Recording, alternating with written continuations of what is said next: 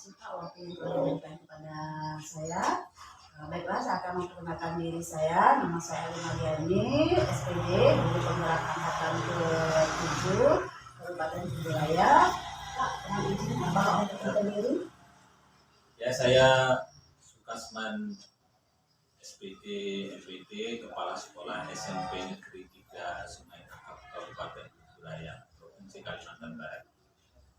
Baiklah Pak, pada kesempatan ini merupakan salah satu tugas dari calon guru penggerak Pak untuk modul 3.1. Di situ ada berjudul pengambilan keputusan berdasarkan nilai kebajikan sebagai seorang pemimpin Pak. Jadi kami dituntut untuk mewawancarai kepala sekolah, beberapa kepala sekolah, khususnya sekolah saya sendiri dan sekolah yang ada di sekitar sini Pak. Baiklah Pak, Bapak sebagai seorang pemimpin di sekolah yang cukup lumayan besar, pasti Bapak mempunyai banyak pengalaman-pengalaman, khususnya kasus dilema etika ataupun rujukan moral Pak. Sebagai contoh Pak, dilema etika yang selama ini telah terjadi di dalam pengambilan keputusan rapat kenaikan kelas Pak. Di situ ada nilai rasa kebijakan itu aturan yang beratur di sekolah dengan nilai rasa kasihan tadi, yang berlawan dengan nilai rasa kasihan. Dan masih banyak lagi nilai etika yang terjadi Pak, selain pada murid, ini juga terjadi kepada guru dan bahkan pada kita sendiri. Pada kesempatan ini saya ingin menurut Bapak, bagaimana Bapak mengidentifikasi kasus-kasus yang terjadi di sekolah, khususnya dilematika etika Pak. Terima kasih Ibu.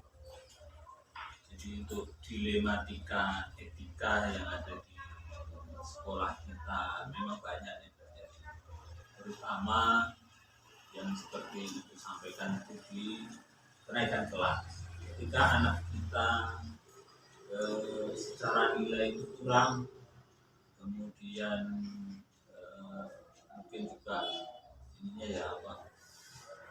perilakunya juga pas-pasan. Kadang-kadang ada beberapa guru yang merasa anak itu kurang baik ataupun perilakunya cukup.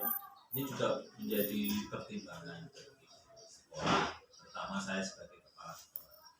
Untuk menyelesaikan hal-hal yang seperti itu memang perlu kita telusuri dari siswanya sendiri atau dari muridnya sendiri, dari mana orang tuanya, kemudian umurnya mungkin.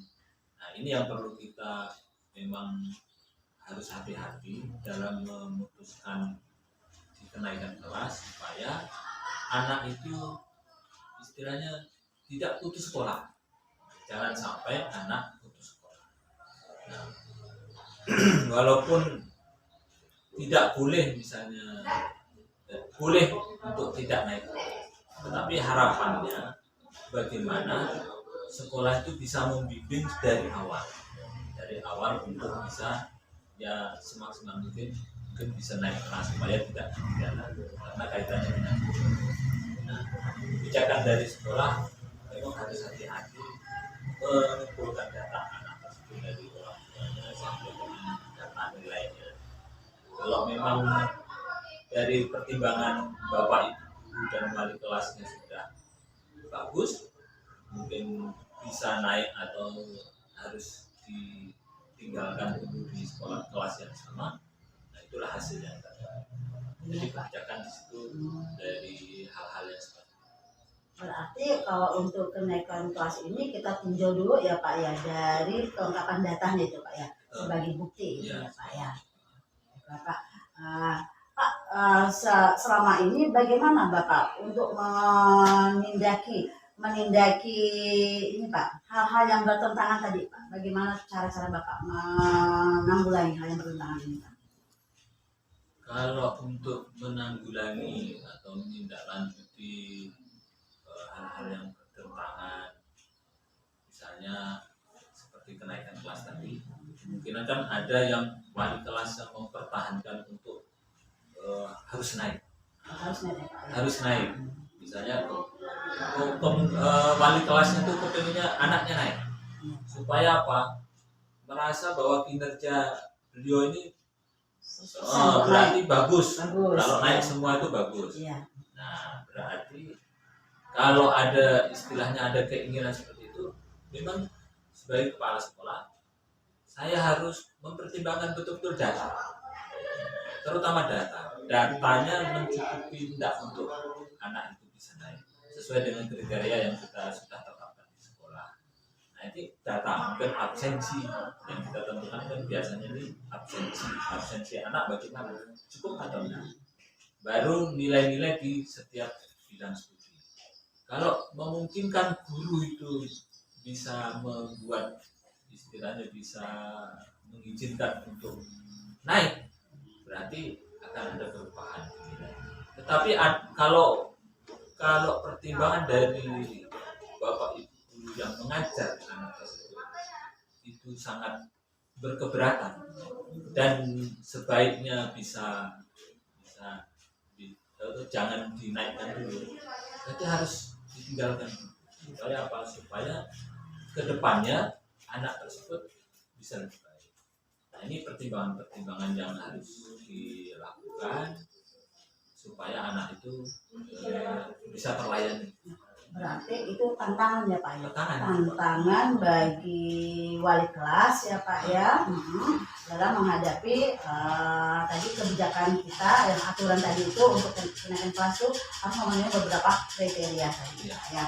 Karena ada nilai rasa kasih sayang, ada rasa kasihan, kita mau tidak mau atau memang udah kesepakatan kita tuh harus bisa menaikkan anak tersebut dengan catatan kita bisa membimbing ke depannya ya Pak ya. Betul. Mungkin bisa begitu ya Pak. Harus dibimbing. Berikutnya harus punya planning lagi untuk anak tersebut.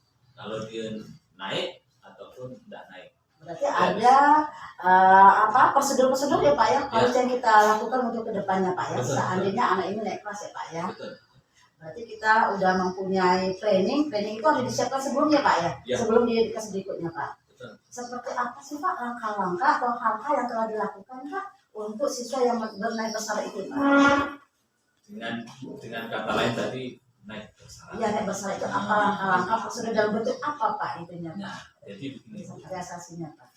Kita dari data yang ada, misalnya anak itu jadinya adalah anak yang tingkat ekonominya dari keluarga yang tak mampu. Iya benar Pak. Jadi karena dia tidak mampu, absensinya rendah. Absensi rendah karena ada hal-hal yang tidak bisa dilakukan karena keterbatasan. Nah, di sini kan harus ada kebijakan dari sekolah. Mungkin perlu dibantu dari segi transportasi, atau diberi kawan atau disatukan dengan kelas yang rumahnya dekat, kawan yang rumahnya dekat, biar sama-sama dia berangkat. Dan ini perlu kita komunikasikan kepada kawan yang bersangkutan atau orang tua yang bersangkutan supaya bisa membantu dan saling membantu.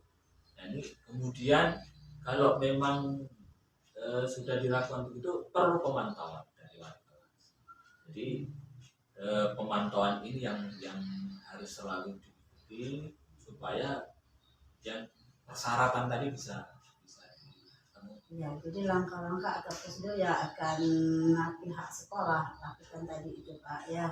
Istilahnya kita melihat dulu latar belakang keluarga siswa yang bermasalah itu, apakah mereka termasuk keluarga ekonomi yang mampu atau tidak mampu ya Pak ya. Kalau tidak mampu, nanti dari pihak sekolah akan membantu ya Pak ya, mencari solusi dari permasalahannya sehingga anak ini tidak akan terkucili ataupun tidak sampai tidak naik ya Pak ya, dalam arti bahasanya begitu ya Pak.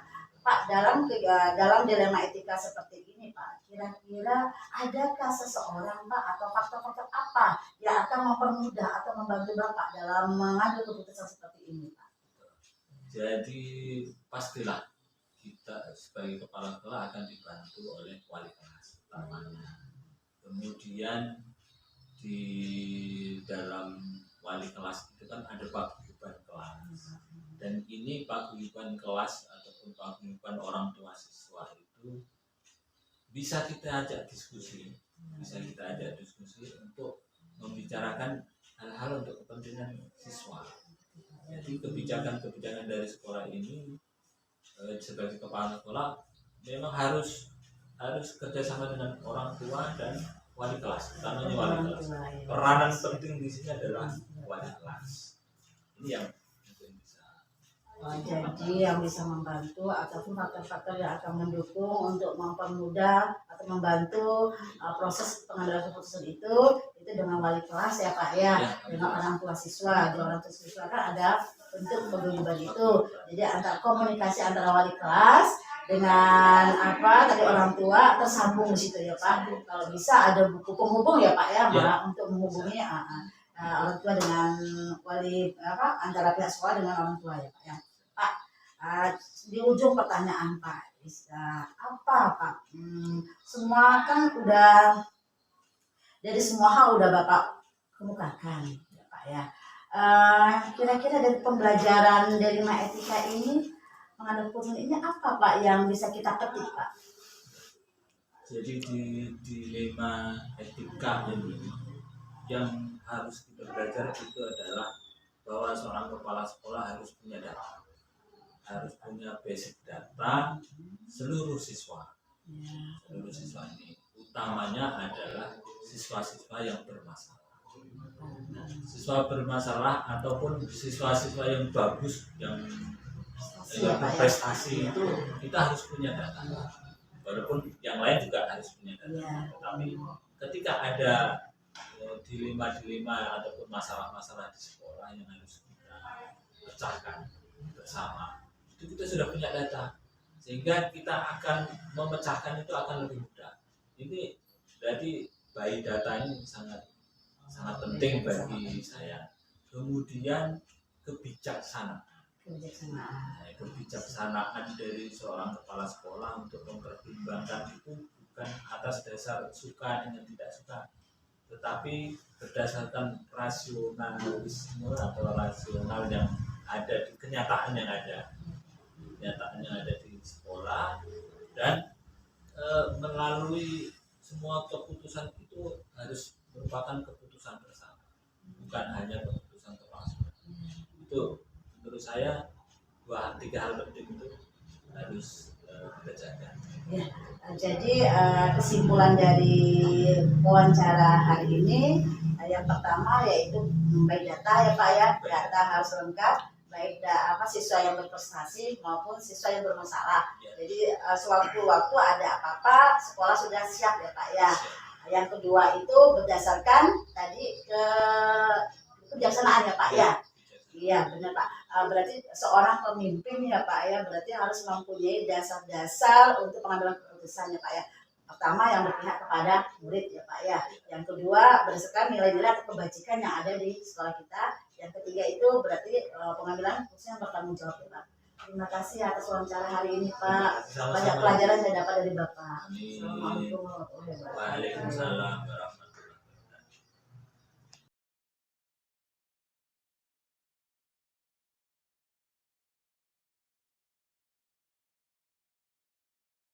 Apa kabar Ibu? Alhamdulillah baik. Ibu gimana kabarnya? Alhamdulillah sehat.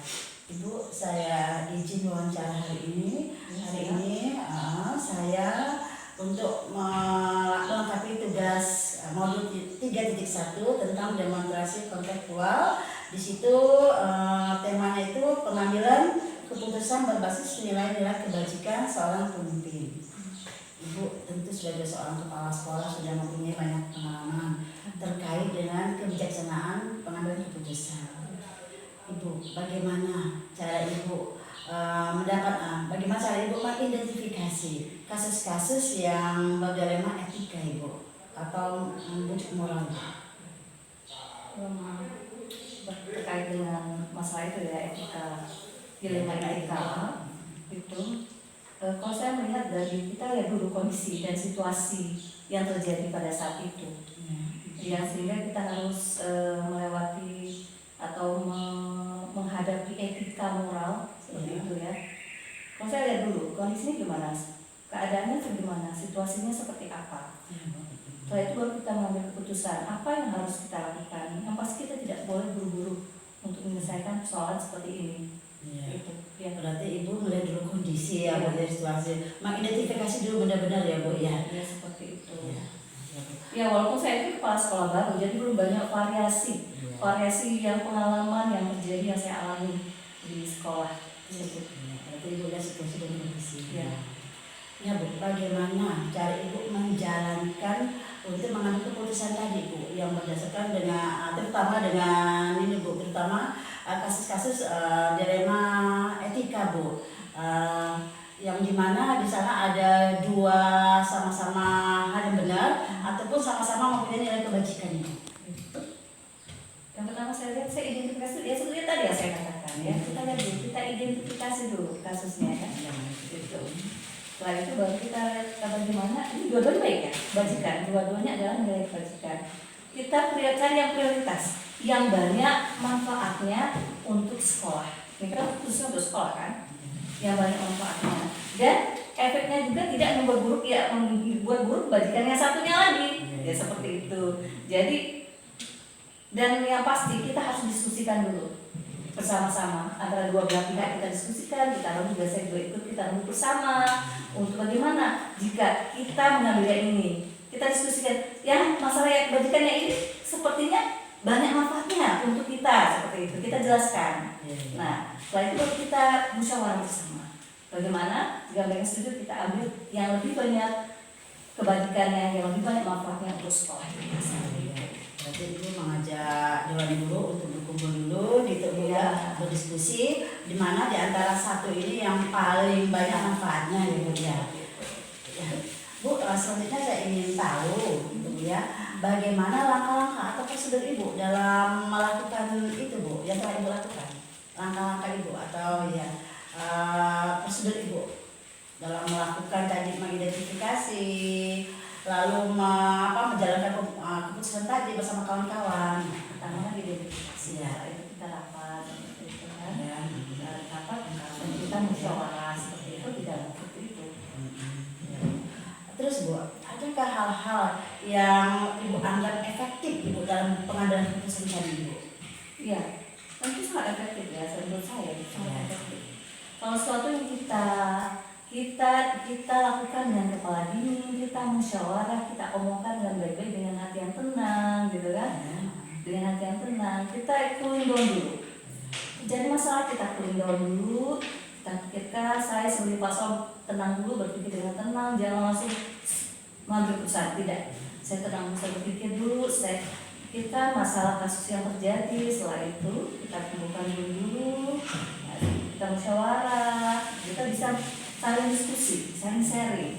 Jadi kayaknya yang baik yang mana, seperti itu kan? Tanpa menyakiti, tanpa menyakiti salah satu di antara dewan guru atau tidak merugikan. Misalnya yang terjadi ini dilema etika ini terjadi, misalnya hubungannya dengan masyarakat atau dengan anak didik kita. Jadi kita juga harus menjaga, ya kita bukan hanya mementingkan diri sendiri ya, menjaga nama baik kita sebagai kepala sekolah atau menjaga nama baik guru. Jadi juga kita harus memikirkan juga bagaimana sih anak-anak, bagaimana efeknya sama anak-anak, gimana sama wali murid. Saya itu kan etika moral, ada kasus-kasus yang negatif tentang etika moral ini kan, seperti itu. Jadi kita harus pikirkan bagaimana untuk efeknya ke depan untuk anak-anak ini. Apa ini akan merusak masa depan anak-anak?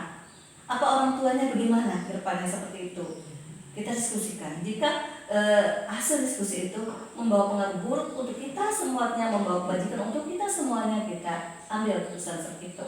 Ya, intinya ibu di sini dalam langkah-langkah untuk pengambilan keputusan ibu melihat dulu kepentingan anak ya, Bu ya. Iya, seperti itu. Ya berarti ibu sudah menggunakan dasar-dasar keputusan itu, Bu. Ya, Bu, untuk selanjutnya, Bu, apa yang menjadi tantangan ibu di dalam pengambilan keputusan itu, Bu? Ya tentu saja setiap tindakan kita lakukan pasti ada tantangannya ya, dari eksternal, internal, tantangan tersebut pasti ada. Tapi kalau dari internal, ada pendapat-pendapat kita yang berbeda sama dewan guru, stakeholder lainnya, seperti itu kan, staff dan lain-lainnya. Dan ada juga faktor dari wali murid, misalnya dari eksternal, dari luar juga bisa, semua masyarakat terhadap putusan yang kita ambil. mereka menilai keputusan yang kita ambil itu tidak tepat, seperti itu kan. Tapi kita harus tetap kuat, memegang prinsip, kita memegang prinsip untuk mempertahankan etika moral tadi, seperti itu. Ya, Bu. Berarti di dalam sini Ibu dalam tantangan ini Ibu mempunyai dua lingkup cakupan gitu ya. Yang bagian dalam bagian dalam itu guru-guru gitu Bu ya, komunitas yang ada di sekolah. Yang bagian di luar itu komunitas yang ada di sekitar lingkungan masyarakat situ ya. ya. Saya sebagai kepala sekolah harus juga bisa bijak, jangan terpancing emosi. Kita hadapi dengan tenang, kita rangkul. Yang tenang, guru-guru kita rangkul, staf semuanya kita rangkul, kita ajak bicara, kita rapat bersama untuk mendinginkan, kita menjelaskan mengapa sampai kita mengambil keputusannya ini, seperti ini kan. Kalau dari eksternal bisa kita, misalnya undang rapat, oleh murid atau masyarakat, pemuka masyarakat, kita undang rapat sama-sama. Siapa tahu ada sumbangan ide dari mereka untuk kita yang sangat bagus dan kita mengambil keputusan seperti itu. Di dalam Ibu menyelesaikan masalah Ibu, apakah Ibu memiliki target waktu? Misalnya Ibu, apakah Ibu itu menyelesaikan secara waktu di tempat itu atau Ibu mempunyai waktu tertentu untuk menyelesaikan masalah itu tadi? Lihat kasusnya dulu. Kalau kasusnya kecil, yang sepele, kita hanya berpikir sejenak, lalu kita bisa mengambil keputusan. Jika kasusnya itu besar, sehingga orang luar pun ikut campur, kan ada kasus seperti itu yang sangat besar, sehingga ada wartawan segala macam ikut campur, LSM segala macam ikut campur, itu kita perlu renungan benar-benar, berpikir panjang apa yang keputusan yang harus kita ambil yang tidak merugikan diri kita dan juga tidak merugikan pihak-pihak lainnya. Dan apa yang harus kita jawab? Kita jawab jika ada wartawan atau LSM datang. Jika itu masalah besar, tentu orang luar ikut campur kan? Seperti itu. Jadi kita bagaimana cara menjawab, mengambil tindakan biar orang luar tidak ikut campur terhadap apa yang terjadi sekitar kita, seperti itu. Dilihat dari kasusnya Bu ya. Iya. Kalau memang tidak terlalu berat, berarti Ibu langsung pada saat ini juga mengambil keputusan. Kalau memang kira-kira masalah dilema etika ini berat, Iya. Ibu berarti memakai target waktu untuk menyelesaikannya Bu ya.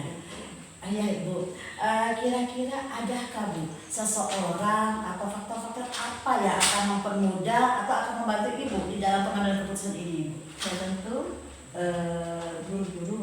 guru-guru teman-teman sejawat kita itulah yang sangat mempermudah sehingga bisa memberi gambaran kepada kita keputusan apa yang harus kita ambil. Mereka itulah yang sangat membantu pekerjaan kita sebagai seorang kepala sekolah.